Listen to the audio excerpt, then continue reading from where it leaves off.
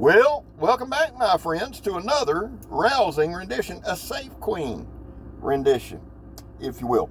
In this video, we're going to talk about what is a Safe Queen, what makes a knife a Safe Queen. Now, this is not a Safe Queen, it's a knife I use every day. It's the 0301, but it could be. And we're going to talk about it's a gift from my son, and they don't make them anymore. So there's a couple factors that I want to talk about that makes a Safe Queen a Safe Queen. This is the Montana Knives Super Cub. I started cutting with it, and I've got a lot of footage on this. But there's a lot of folks who would consider this a Safe Queen. Look at that mirror finish. Now, I know for all my tactical guys who have killed 70, 80 people with a knife, I know that's not your standard issue. And I'm not a huge mirror polish guy either, but I can appreciate the beauty and the work that goes into it. So here, two things triggered this video. A couple weeks ago, maybe a month, I seen a couple comments on one of my favorite YouTubers' channels. One of my favorite YouTubers is Advanced Knife Pro. He's a big reason that I do this. You can blame him. For a long time, Kirk and I, Kirk, he's on the channel, watched Advanced Knife Pro. I've watched Advanced Knife Pro's channel kind of morph over the years, right? And he did one, I can't remember what knife he did, but somebody came up with some kind of comment about wanting to see more hard use, and it irritated the shit out of me, and here's why. Not every knife needs to be hard used, right? Not every knife needs the shit beat out of it. We can appreciate a knife for being a knife. That's the first thing. And I thought at some point I'm going to do a video on that. The second thing was this morning, last night I put out a short on this knife, cutting some paper, hard use review coming, and somebody said nobody's going to use that for hard use. They weren't talking to me. The guy watches the channel, and I don't think he meant anything by it. And I'm glad he made the comment, because I think what he's saying is, hey man, that's an expensive knife. Nobody's going to use that. So let's talk about it. And again, before everybody, don't worry about it. He's not a troll. He's a dude that watches the channel. Guys, a lot of times, with comments, I know my personality is hard to read at times. I'm not being smart. There's a lot of comments that make me think, and I'm a guy who loves content. I thought, man, let me pair those two reasons. Great time. Before we get into it, and I'm gonna do a riding with scab. I just wanted to show y'all the knives, give you a good look at it. It's a Montana Knife Company Super Cub, G10 handle scales, Magna Cut. Amazing knife. It is an amazing knife, super sharp. I think you're going to enjoy the video. I'm going to click off, and when I come back on, I'll be driving. But the thing is, I wanted to show you the knives while not driving. Now, I'm a few minutes down the road from Parris Island. I'm headed back to Jacksonville. I had to bring some materials up for work. That is a U-Haul thing. If you see it in the back, driving a U-Haul, it's been a long day. Real quick. If you look up Dr. Roger Toothaker, Salem, Massachusetts, Salem witch trials, right? He was a dentist. That's not a joke. Dr. Toothaker was a dentist in Salem, Massachusetts. He and his family was accused of witchcraft. Now, it says, if you look him up, it says he died of natural causes in prison. They naturally tortured him to death. His wife and eldest daughter was also accused of witchcraft. His wife said, yeah, I'm a witch. Because at that time, they released you. They did whatever they did, excommunicated her, the girl. They had to go up north, and 3 or 4 years later, Dr. Toothaker's wife and 8 of her children were killed in a raid. They were slaughtered in a raid. The eldest daughter, who was accused of witchcraft, survived. Maybe she used some of that witchery. I don't know. The daughter that survived was my 9th great-grandmother. My history's full of witches and preachers. Yeah, but that's not a damn thing. I just thought I'd share it with you on Halloween. Happy All Hallows Eve, Halloween. For the fun haters, happy Fall Festivus. For the witches and warlocks, happy so whatever. And please, I don't care. I don't care. I believe what I believe, and a bunch of costumes. They go, you gotta know. I know the history, and I don't give a shit. I'm firm in my faith, firm in my sexuality, firm in this drive. Love y'all. I'll pick you up on the driving. All right, guys. I just pulled off the side of the road. This isn't gonna be a long video. I got to get home. It's raining. I'm driving a 30-foot U-Haul, and South Carolina roads suck. So the phone dropped about 10 times. I'm not doing that. We're going to be safe. I'm going to talk to you just real quick about Safe Queens. What is a Safe Queen? One, the term doesn't bother me. I understand the connotation. But basically, a Safe Queen's a knife you're not going to use. Now, there are several reasons why. You might be a collector, and using a knife you're like, dude, and I've had people say, Scab, I just like collecting knives. I like looking at them. I like the D10. But that's it. Okay. A lot of you have knives you're not going to use. My buddy Jason Dixon, who designed the Dragoth, is going to send me the original prototype Dragoth. He said, Bubba, please, I don't normally ask this, but don't beat it up. It's a Is that a safe queen? For reasons. Let's talk about 3 or 4 reasons a knife can be a safe queen. You can be a collector and not want to use it, right? Totally understandable. Cost. There are guys who say, man, I ain't using a $1,000 knife. It could be a gift from a loved one who's gone on. You could get it in an inheritance.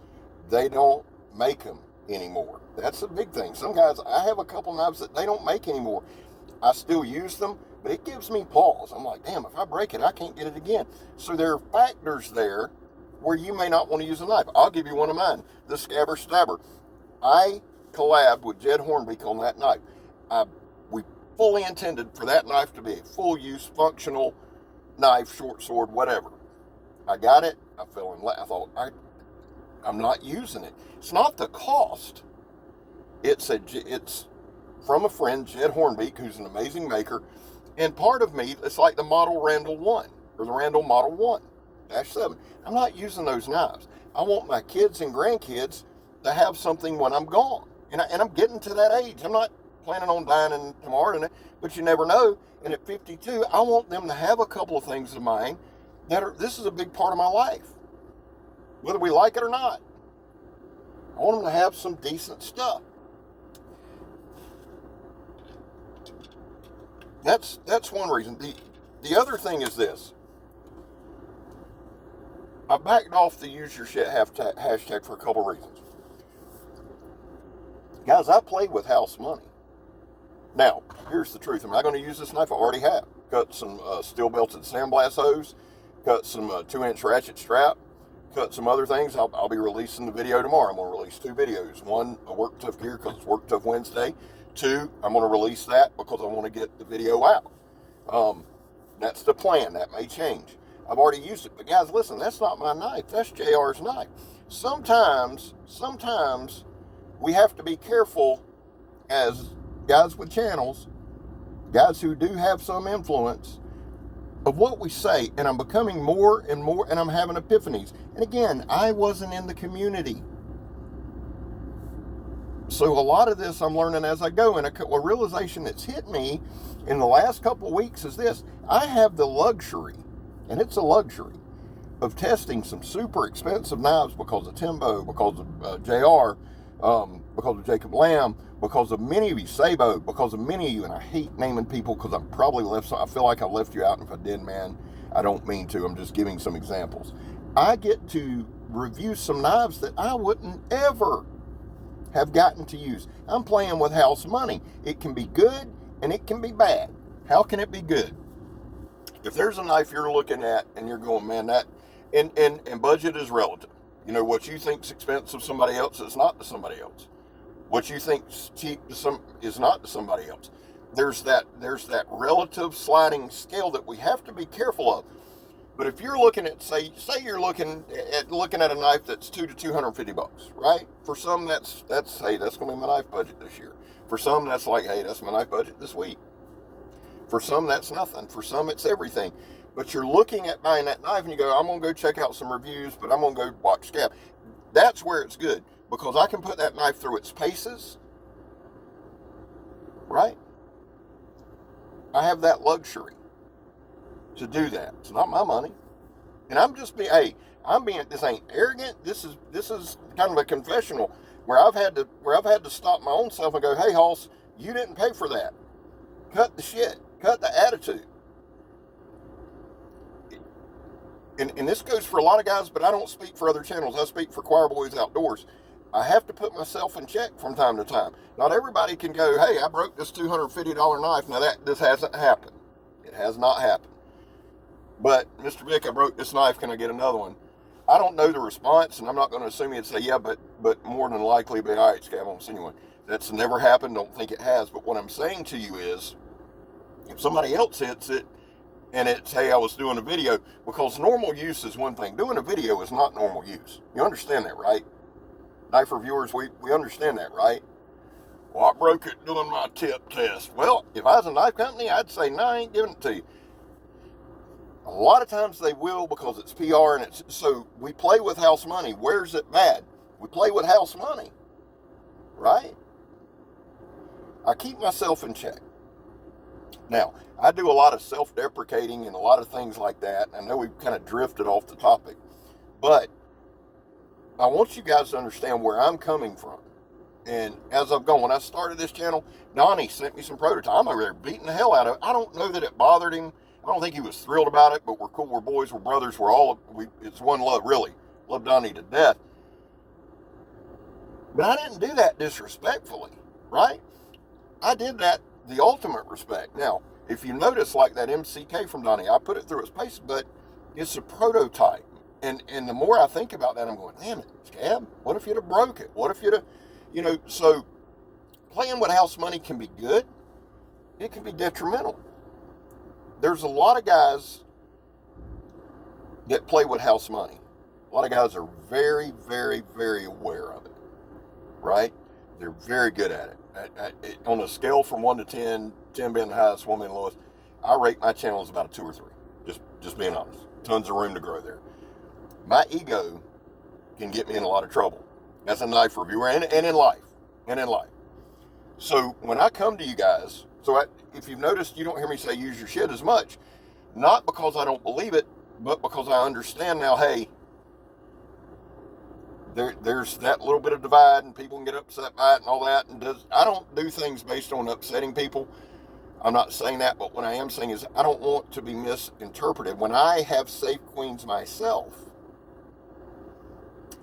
I did a short about Twinkle Toes McFingerbang, right? And Kevin Lefty loved it. Lefty was all on board with it. He called me Scabber McChoppa Horse or something. We go back and forth, right? Well, one of his subscribers got all upset. Well, not everybody's in industrial. Not everybody. Nobody said there was, bud. It wasn't a shot. It was me being me. That's where I really started kind of looking at this safe queen thing.